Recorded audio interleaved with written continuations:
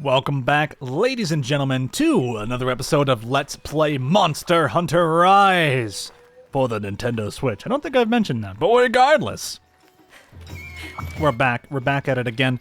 One thing I have forgotten to do is actually show you me using the OSP loadout here. We're gonna go ahead and rename this finally to On-Site Procurement. Snake, you can only get weapons there. There we go. Too bad we don't have Drebin to help us out. Or Otacon, or anyone from that game series. Sadness.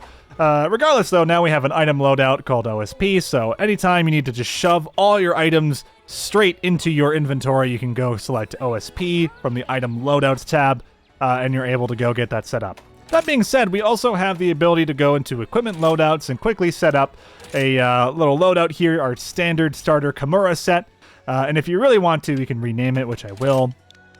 We can just call it, Kamura probably. It should just... Kulu Ya-Ku, he's not in this game. K-A-M... Apparently they're not going to autocomplete to Kamura, which I guess is not a monster name, so I guess they didn't decide to put that into their autocompletion. But that's okay. Now we have a Kamura set up and ready to go. Very, very nice. Not great on defense or anything, but it is something nonetheless.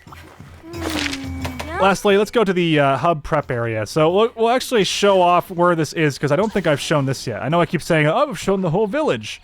Technically, yes. I just haven't shown the hub area. So let's go into the little hub preparation area. This is for typically for multiplayer players, where you have a nice secondary blacksmith to go to, so you don't have to go all the way back out into the village.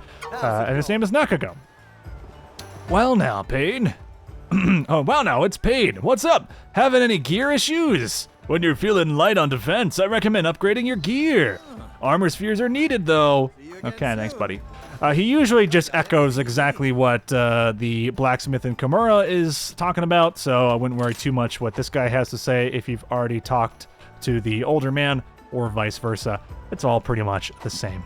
Good luck out there. I know we're still using the longsword, but I want to fight a big monster with the longsword before we actually switch it out. And it's a really nice weapon for cleaving loads and loads of monsters. Let's also talk to the hub quest counter lady. Although we won't be doing hub quests very much until we get to high rank, because there's some really cool quests that you can do if you just exclusively solo the game and do village quests up to the point of where what are called special license quests, which will actually bump up your hunter rank in the low rank quests for multiplayer. Really, really nice stuff to kind of skip ahead. But if you're playing with friends, playing multiplayer is a fast track way to gear up your character and just kind of breeze through the village quest for sure. Welcome to the hub. I've been waiting for you. As you could have guessed, all gathering hub quests go through me. Please be aware, these quests are meant for a party of hunters. Quests will be rated from 1, 2, and so on. Think of the number of stars as the level of difficulty. 1 to 3 star quests are classified as low rank, 4 to 7 are high rank. I'm sure that in no time you'll be taking on high rank quests, at least that is what Hanoa says. Here at the hub, your hunter rank, or HR for short, determines what quests you are able to accept. A hunter rank of HR 1 allows you to accept 1-star quests. HR 2 lets you accept 2-star, you get the idea. As for increasing your rank, well, I'll get into that later. For now, concentrate on what's in front of you. Oh, and when you want to participate in a quest with other hunters, you can check available quests and their details from the quest board. Once you've accepted a quest, head on to the quest gate to embark. Oh, I mentioned that earlier, that gathering hub quests are for a party of hunters, meaning 4 hunters. However, if you are confident in your abilities, you may attempt them on your own as well. Feel free to use the prep area on the 2nd floor. Preparation is half the battle after all. That should be everything. I'll check with Hanoa later to see if I forgot anything. At any rate, you'll be starting in 1-star quests. Good luck. How can I help you? So yeah, really, really, really nice thing here. And these are all the optional quests that we're doing. They are shared between single player and multiplayer, or offline and online quests. Although, like she said, you can do all online quests offline, which is super nice. You couldn't do that in the original Monster Hunter. It sucked for that. You had to connect to the Capcom servers, and it was just a nightmare to begin with. And then when the server shut down, you couldn't do it anymore. So you're missed out on half the content. It sucks. Regardless, though, let's go ahead and grab another perma buffers, do some more small monster slaying. And then we can also obtain materials dropped by large monsters. We can't really do that right now, as we're not really fighting any monsters in large areas. We can also do quest Shrine Ruins, as we are guaranteed to be doing those quests. So you know what? We'll do that one. It'll take 2 quests to do this one, but it'll be worth it, totally. So yeah, as you can see here, we're able to pick from these multiplayer quests, and there's significantly more for 1-star quests. We have the Aknosum, the Kulu Ya-Ku, the Great Utsushi, and everything here. So very, very good stuff. Oh, did I say Kulu Ya-Ku is not in this game? When I was auto-completing, I meant Yayan Kutku. I was thinking of a completely different monster. Let's not worry about that. my brain lagged like for a solid 5 minutes there, but it's okay. We did it. We did it. We talked to everyone. Is there anyone else to talk to? Oh, there we go. Let's go talk to Master Utsushi. Yo, Pain, my favorite pupil. Look at you, an official hunter of Kamura. You ready to thrash? You know, training hunters isn't the only thing I do around here. I also give out arena quests. There are 2 types of quests you can take on here. Arena quests and challenge quests. They're both special types of quests, perfect for honing your hunting skills. They become available as soon as you successfully complete hunts and gain new abilities. So, how many do you think you can start off with? 10? Just kidding ya. Swing by every now and again, and then take a look. Besides, I'm always curious to see how you're doing. Later. Okay, actually, this is a great opportunity to show off arena quests. They're pretty much a way to practice, like you said, hone your skills on specific weapons. You get a 5 different weapons to mess around with, and a target time of 2 minutes and 30 seconds for this particular one against the Kulu Ya-Ku, with either a longsword, a gun lance, hunting horn, switch axe, or the light bowgun. Yo, Ace, ready for some awesome arena action? Prove your mettle using the equipment provided here. And these are usually limited to 2 players at any given time. So let's go ahead and accept it. We don't bring any items with us. They are all supplied to us. And whatever Patalis we bring, we'll get a super Wirebug that gives us a maxed out stats of whatever our Patalis actually does. Also, the gear provided to you, the weapons provided to you are all specific for the quest. So yeah, we actually get to fight our first big monster, funny enough, in an arena quest of all things, but hey, that's okay.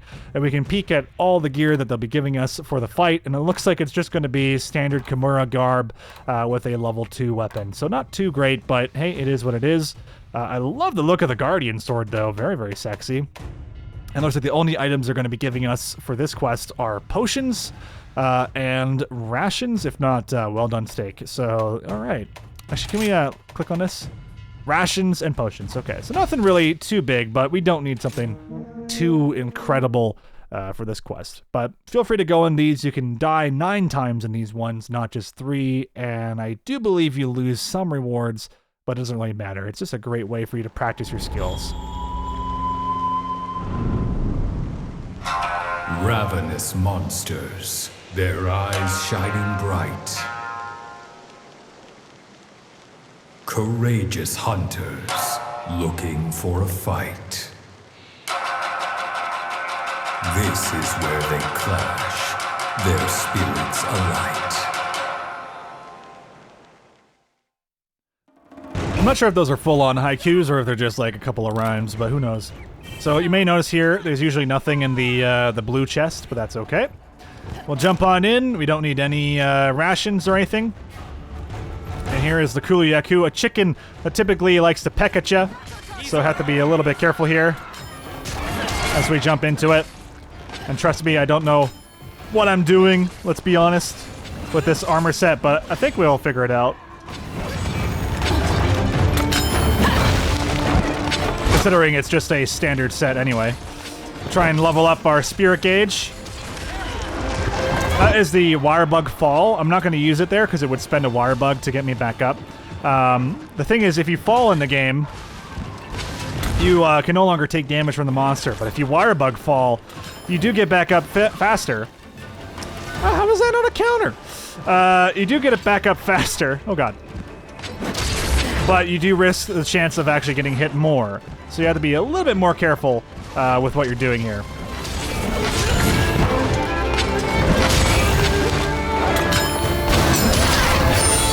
There we go, that's what I was looking for. cancel that attack there. Go for a big hit.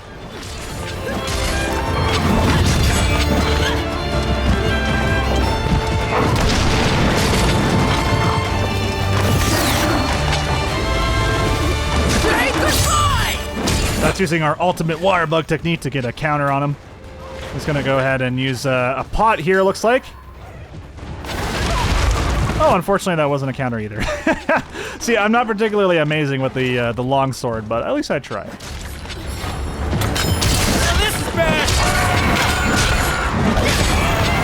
Okay, so Master Utsushi just gave us a little hint there. The monster is currently raging. The way that you can see that is using the little eye icon on the bottom of the map to 100% know that a monster is raging.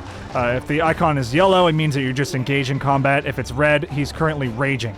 You can also look at the monster's status by just looking at his face. He's breathing heavily. He has like a mist or a heavy breathing going on. So if you're paying attention,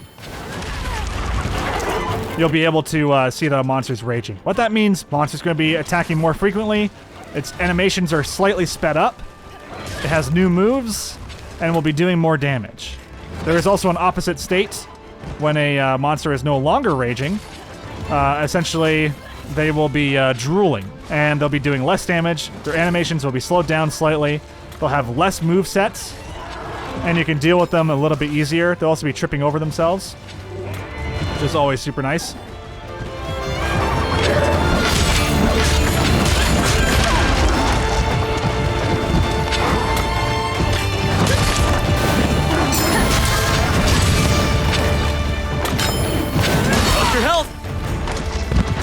Gotta be a little careful about those moves. We're gonna go ahead and use these potions here that they're giving us, just to keep ourselves alive. I know I'm at red sharpness, or not red sharpness, but red power level on my weapon. Should be able to get one big Wirebug move in here, hopefully. This is the end!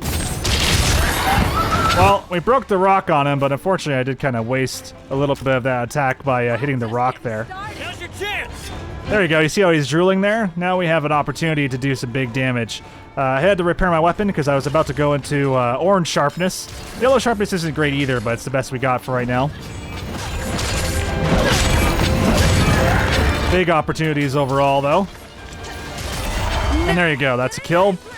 I don't even know if we got B rank on that one, but I just wanted to show off the hunt and explain a little bit of fighting a bigger monster there. And of course, if it didn't make any sense to you, don't worry. It'll make sense as we do more hunts and fight more monsters. Another fun thing, we don't get Kulu Ya-Ku parts when we carve monsters in arena quests, or any parts from a monster. You get health items, usually like mega potions or something along those lines. Nothing too crazy.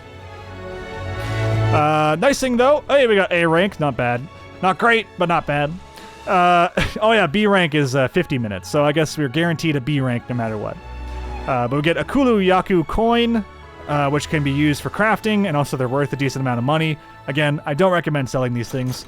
I do recommend selling eggs. As you can see, it says fetches a good price. Always worth selling, because you can't craft anything with those. Life powder, great for working with your buddies.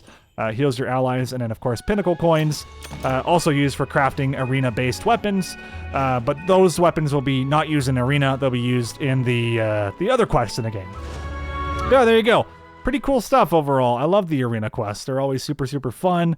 A great way to practice weapons you're not familiar with, especially practicing with gear sets that the game makes for you. See what works well for you, and no real investment. You don't have to invest anything into an arena quest, which is probably the biggest thing that I prefer. And also, you don't need to eat going into a arena quest either. So another really big thing. Let's go ahead, though. Speaking of eating, let's go ahead and eat, and then we'll actually do a quest here, because we're only 15 minutes into this video. Do we need to use Kamura points? I'd rather not spend $200 on eating, so we'll order the usual with Kamura points, and we'll get more as we go along here anyway. I do believe arena quests do count as doing a quest, so if we go check on our buddies real quick, we'll go ahead and do that by entering our house and talking to our cat. There you are, buddy. Buddy Dojo, yep, that counted as one quest there. So if I were to click on this, it would actually show my cats leveling up. But because I'm a weirdo, I actually like to wait and until all 10 quests are done, and then watch the EXP bar just go off the rails. So allow me to be crazy. Okay? Okay. Of course, if we need to check to see if we unlocked anything cool with the those coins there, we can just go into here and see if we unlocked anything for the arena quest. I don't think you can spend the coins this early on. Yeah, not even an armor set at the moment, but later, trust me, later we'll be spending those coins on gear sets and weapons and things like that that you can make. Double check our optional quests, make sure they're ready to go, and we'll launch another key quest. In this case, let's go ahead and do unique mushrooms. I like doing the easy ones that don't even require you to fight anything, and we'll head on out and go hang out. Now, you may be asking, like, why are you eating food for these gathering quests? It really doesn't matter. You don't have to eat nothing, but I'm just showing you can do it, and you'll still have plenty of resources ready to go. You'll be living the dream. It'll be a lot of fun. It's no big deal. Don't worry about it. Let's do this! Ooh, we're in the nighttime. Very nice. Another nice thing, you can be on your doggo and then still interact with the supply box as well. Super, super nice. I think they also give you a free Wirebug here. Great Wirebug, I should say. Kind of fling ourselves up into the sky. Oh, nice. Well, bitter bug there, and we just finished another optional quest. Very nice. And of course, there's a mining outcrop just right up here. So I should probably lead on now to how do you figure this shit out? Where are these mining outcrops and everything? Am I supposed to just randomly stumble across them? I don't see them on the map or anything. Well, you can actually go into your icon list and scroll on over to Materials 2? Was it? Yeah, Materials 2. The white ones are uncommon ore, and then blue ones are run-of-the-mill ore. So you'll find way more blue icons on the map than you will white. But the white ones typically might have like macalite ore or something a little bit more rare for your current hunter rank. When you get to high rank, there's also a new set of mining materials that you can get, or bone piles, or X, Y, and Z. But they're all going to be under the same facet of white or blue. Or in bone piles is going to be like gray or white, or something along those lines, right? There's also fishing spots, places you can go to fish. Some fish are like really good sharpening tools, like sharp. What was it? I forget the name of them. It's like sharp. I want to call them sharks for some reason. Like sharp fish or whatever. Like you can polish your weapon in one stroke instead of having to get a perk to do that, or the dango, whatever it is. But regardless, pretty nice stuff. Pretty nice stuff. So if you're ever wondering where the hecky wecky do I find this stuff, this is how you do it. Every single item in the game is available for you to find and look for. The jewel lilies especially are really nice to grab if you want to try and get all these as soon as possible. Even those Malinx gatherings that we were looking into, all good stuff. Especially if you are a ranged character, like light bowgun, heavy bowgun. Maybe I'll have to show that one off after we fight another big monster. You're going to be wanting to look out for these special plants that give you the ammunition that you need on the quest. Regardless, though, we'll just select the gray one. And now if we hold down L, our map will zoom in. You can also go into your options menu to have this be the reverse, so it's a zoomed in map, and then it's the big open map when you hold L1. You can always reverse most of these things. I should also say you can also have the camera be more zoomed out. I'm not sure if you can do it mid-game, though. Let's take a look here. Camera distance, there we go. You can actually zoom this out if you so choose. I normally play with the game zoomed out, but for the sake of videos, I'm going to have it zoomed in so there's less artifacting on screen, potentially. Hopefully. Oh yeah, please watch these videos at 1440p at 60 FPS. It'll give you the highest bitrate, 24 megabits per second, to be able to watch these in Hyper HD. The game is only 30 FPS. Just keep that in mind. But yeah, HUD map type. Can I do... Yeah, let's do detailed map. That's what I actually prefer in the main game. There we go. See? Very, very nice. And we'll eat one of our rations as well. Another thing, if you prefer Monster Hunter World's style of the health bars, we can also go and put in dynamic health and stamina gauges. So when we're out of combat, Well, yeah, there you go. They disappear. So you don't have to worry about them as much. Yeah, I really like this map system a lot. It allows me to find those jewel lilies a lot easier as well. And you see that mountain over there? You can walk up that mountain. Very nice stuff. Wow. Oh yeah, I guess I haven't shown this bug off yet. It allows you to hit one additional little bugaroo. Little wire bug for us to use. It's usually really, really nice. Got ourselves a stink make. So these guys allow you to make monsters follow you around. The best thing about these is that you can force monsters to fight other monsters, and that will allow us to get into that mounting system I was talking about either an episode or two ago, where the developers have completely revamped how mounting actually works. So it's really, really nice stuff. Of course, we're hunting for these special, unique mushrooms. They're all actually in the central zone. We're just kind of running up here because I just want to show a few more things off as we go along. Like I said, always feel free. It is totally okay. I'm not offended if you guys want to skip ahead in these videos or move on to future videos. It's all good if you've seen it all before. But I like explaining this stuff. It's fun. These things are little bushes. If you attack them, you're able to get some spirit bugs out of them. Sometimes there's some hunting helpers in there as well, which are always super, super convenient and useful for us to utilize in combat. Of course, we are not really at risk of fighting anything too dangerous, but it's always just something to keep in the back of your mind as you're going around and gathering some items. Fire beetle there. It will basically make a monster have fire blight. Anyone that's played RPGs before knows that fire blight usually just means damage over time. Monster is on fire and will be ticking down damage. Kind of like poison in a way, but a little bit more fiery. And I kind of like it. Got some more spread ammo there. This little guy is super, super cute. The puppet spider. Also, one thing I haven't done is gone to my radial menu setup. Let's go to shortcut number 2, and we're going to add a other option known as camera. And this will allow us to use our camera while out and about. So we'll go to shortcut number 2, select our camera. Look at that. Look at this cute little guy. He's so cute. Love him. Now we have a picture of a puppet spider. Yeah, I probably should have been taking pictures of these things as we're going along here, but again, sometimes you just gotta explain things, man. Over-explain? Yes, absolutely. But at the end of the day, it's a lot of fun. Okay, so if we jump across here, I think there's a mining spot down below. But we'll grab these mushroom colonies, as we do need them. And the sooner... Oh, wow, we're going to complete the quest right here. It's like, the sooner we complete this quest, the better. And there you go. Oh, wait, never mind, I lied. Oh, nice! We can run into these things over here that might even give us a gathering opportunity. Should be fun. Pick up some poo-poo. Okay, so there was supposed to be some sort of mining node here, but maybe not. I guess it's up top. And by golly, I want it, because, I only know that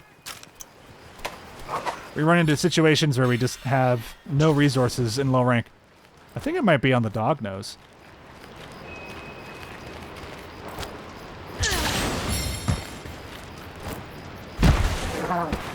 There it is. Beauty. Tink. Nice.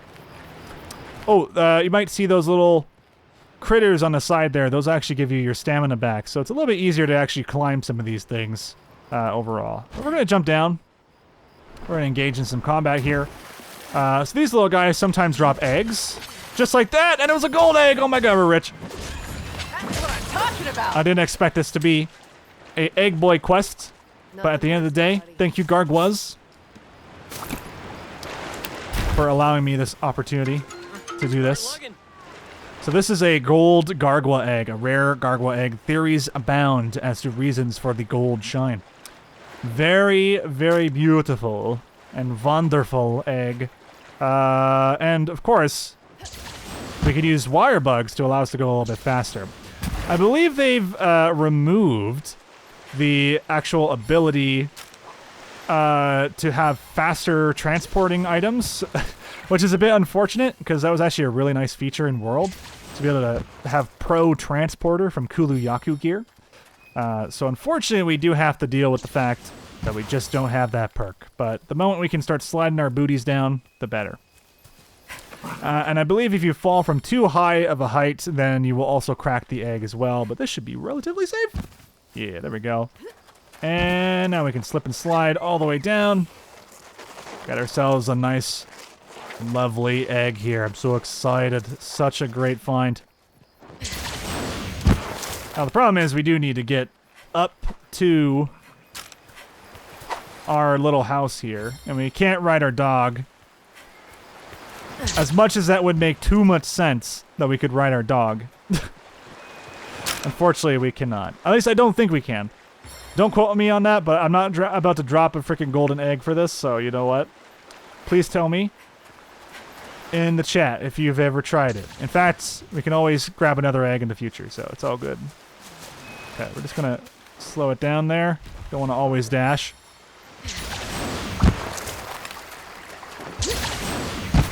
I'll just keep using those Wirebugs because they do speed things up quite a bit. There we go. There's no more red boxes in Monster Hunter games. They're all just related to the blue thing, so we just deliver it. Just like that, and there we go. We get a gold Gargwa egg. Gives us 450 points. Super, super nice. But on top of that, it's going to give us some money, I believe. And we can sell it at the end of the quest, which is super, super nice. So happy. I could not be happier, man. Let's go see if we can set up one of these great Wirebugs here. It should be a nice little spot for us to use just up ahead. Let's go ahead and climb up this little hill. Nice. And we can place the jewel down just like so. And there's also another Wirebug spot just up here, so we'll go do that too. And yes, you will get enough for every single one on every single map. So you don't have to worry about spending all these, but we only have 3 left now at this point. And we can, yeah, use these to get around the map a little bit faster. Beauty. And I'll show off these little golden spear bugs here. As you can see, it gives us a little bit of stamina back. And we can grab these other jewel lilies while we're at it. This one should send us relatively high up. Yeah, there we go. Which gives us plenty of space to jump on over to these mushrooms once again that have respawned. Thanks to the dango that we decided to eat. These respawn just a little bit faster. Piece of cake. And we only have 20 seconds, so I doubt we're going to be able to poop out another egg here, but we'll see what we can do. Oh, there we go.